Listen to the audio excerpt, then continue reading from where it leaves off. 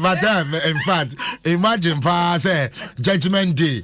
Where do heaven gate and opana? Omo mugu hell I started yo alabos. Alabos. I'm saying I can't just say Yankopo you when in a way mama dream you. I'm a back.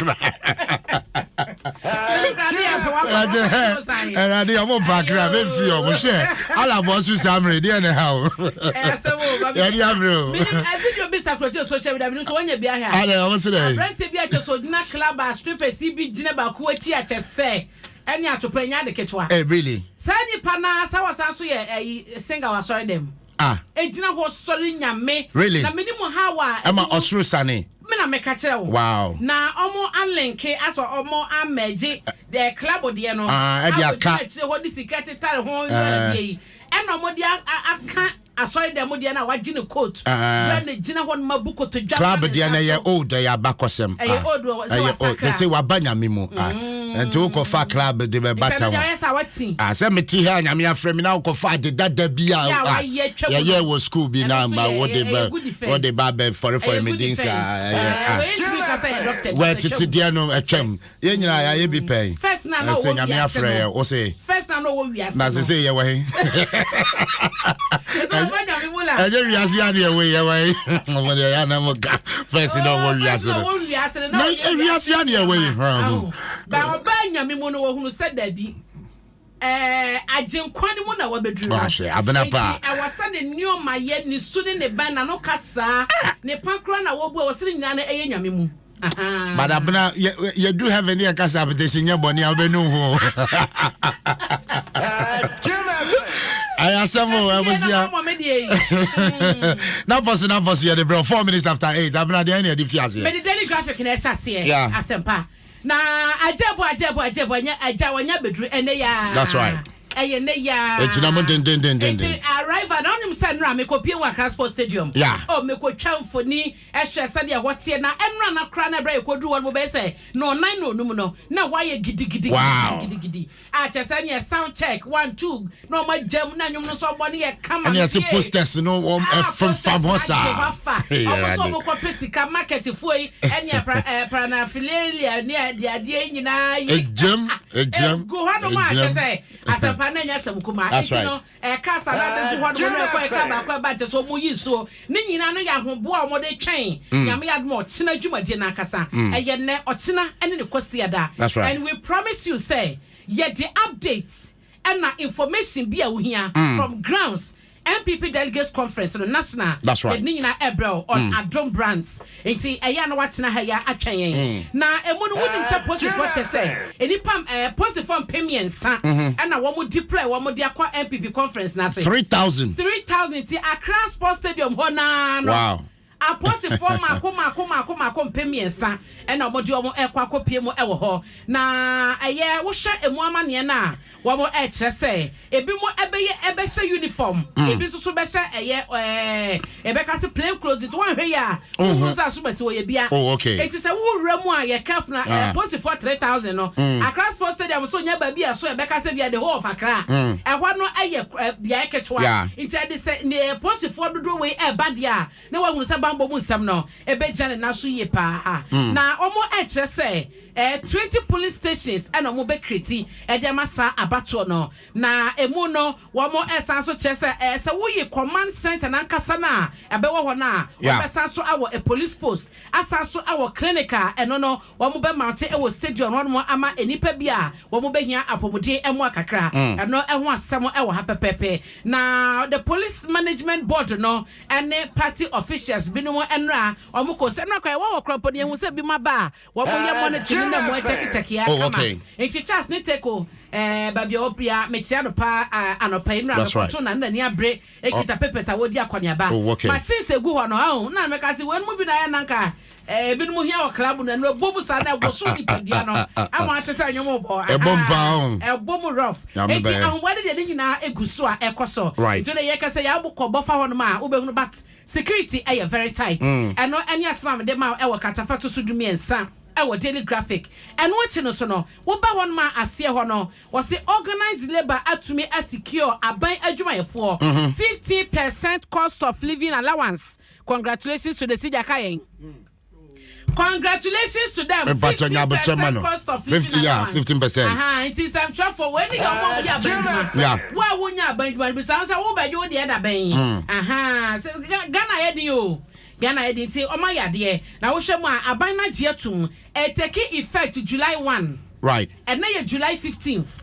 80 ye twemu quarter half of the but busumi we so akatua na beba no so 15% of akatua no eda ho 80 eno so e wo ha owura bafo wa e de aside mu odin ama na nado da kwakufu ado ene na aban eso wo atoto enioma na omotie adwumafo esufre na omaye de e wo se wo mo eye eno so e ho asem eda ha ntino Minister of Employment and Labor Relations Ignatius bafo wa na wo mo ne organize labor esia ye e wo meeting and a woman just answer when you're not at two moon. 80 and 1 man, you know, your mom ye tira some just so I kai munianum why. Now, my father can times when I may be jack at a fat or so a do and some. I like you, Dr. Mahmoud Bomia, the Vice President of the Republic of Ghana. I say, Nitu some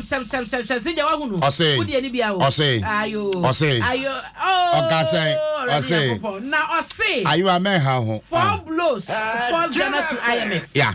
Enti akutruku and 9 na epiepia Ghana de Ghana call IMF no na etemu de maye no enye was say sa wo hya enioma bi a eba efie niema eni abonten so enioma bi te say eba no energy enyinama hode won say yete hadmo na obeka che say enyinama hode na ye produce no enye ni nyina na yetumi consume ma enti no ye consume de yaye na ye sanso nya excess enti aka wo mutua wo ho no eno eye baako eno dan chen so a banking sector clean up no edo how about you businesses ne companies are almost rely was our banks be Google yes or no ni nyina ekeka ho bi waka no so ho asem COVID-19 pandemic abebo wi ase nyina and na Russia Ukraine war was nyoma enan asempa and the tabi Ghana edene kokopie mu ewo IMF ya watch senka wo hwe se dia entutu ekoso ene se dia ban no manage ye ka ye de ene ahotua besawdro ye tua no a nanka eye sustainable wo so timedi o man no eja yie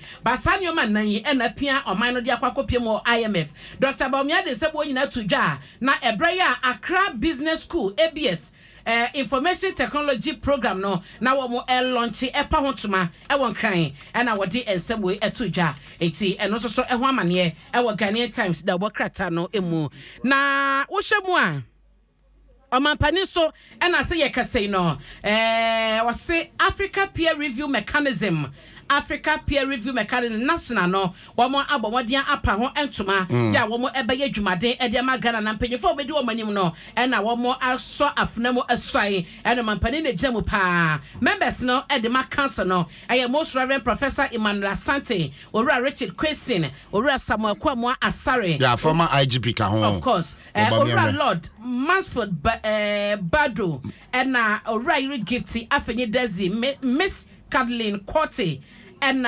Dr. David Asante Apietu wamo nyina eka ho bia wamo ehye ese wamo enwumadie ebeboa ama eye hyehyeye aye adwuma pepepe peer review mechanism no enso aye adwuma tino asempa woba the Ghanaian Time da bokrete no a eda ha sei ya mediama Apietu so and contractors so much say in 2 weeks time no one more ebeko akose adwuma se won say atwenchen ba ya dan na medimi ko explode ye e ma na si kro no ye de na wo abre wa ipuma kwamo o mo se na otwemienu se ne contractors ebeko na edan na wo so mo si e ma community members se kwatem nya hoto no wo mo ebe hyase Deputy Land Minister na e kan semwe e de kire ye Ghana for e woda wokata Ghanaian Times mo right finally daily guide na mede sorry so na wo hwa han ma mo se massive shake up ewo forestry commission honomo na shake up no eyedien mame emo amane kakra wo mo se 16 regional managers ewo forest services division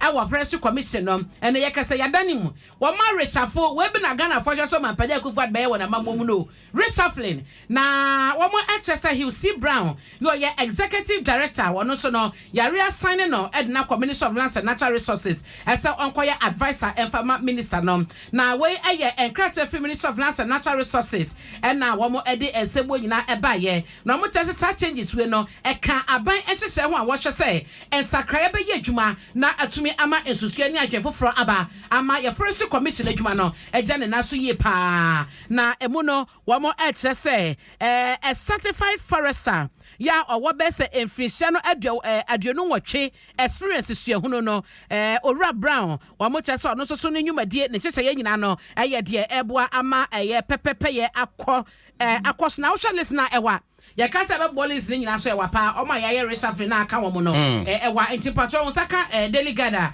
katafatu sunsia emu amane no ewa ha na medic ha so ewie asempa wase all is no war nyama nyina seda ne da yesa Enfama NDC amanyoko no se wo mo akandifo ni bi no na kyese wo mo ekontokwa de blow to blow pa adanya wo mo kyese party no toto nyoma so mbekọ digita no wo se de be ya wo mo edu sahodo mo gege ni nyina be digita ntide peking kran wutua ya na ekono delegate kyese ne sources no say NDC new app na wo mo de ba begege sika no any donations say dey free private individuals so no na wo mo pese wo mo support party no akoda ne to see NDC leaders no fight over cash. Na app na wo mo be introduce no General Secretary Yera Johnson asedun ketia and I did same way na etujo mo chese mo be pilot eye function executive committee no last week na o ma hwese dem ho launch no so ebeye na app no no mo chese aspect controversy no it's as national executive officers na wo mo egigi donations no e wo kokomo no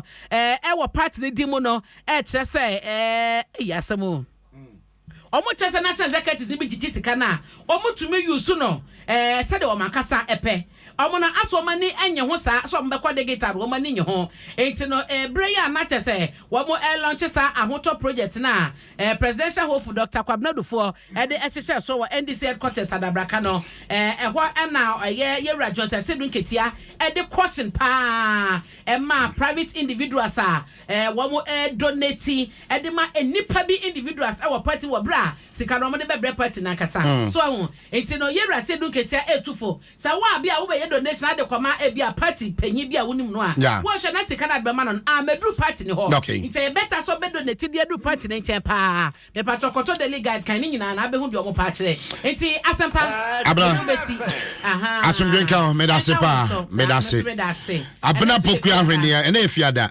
na se fiada enti no wa bosi je din ya ya kwen oba Owen. Wa. Sawala. Asaba nyame ka wate. Abna pokuare ne. Bye bye. Ose. Ana mentan chen kakra. Na me nkrato. Ana kofi frɛ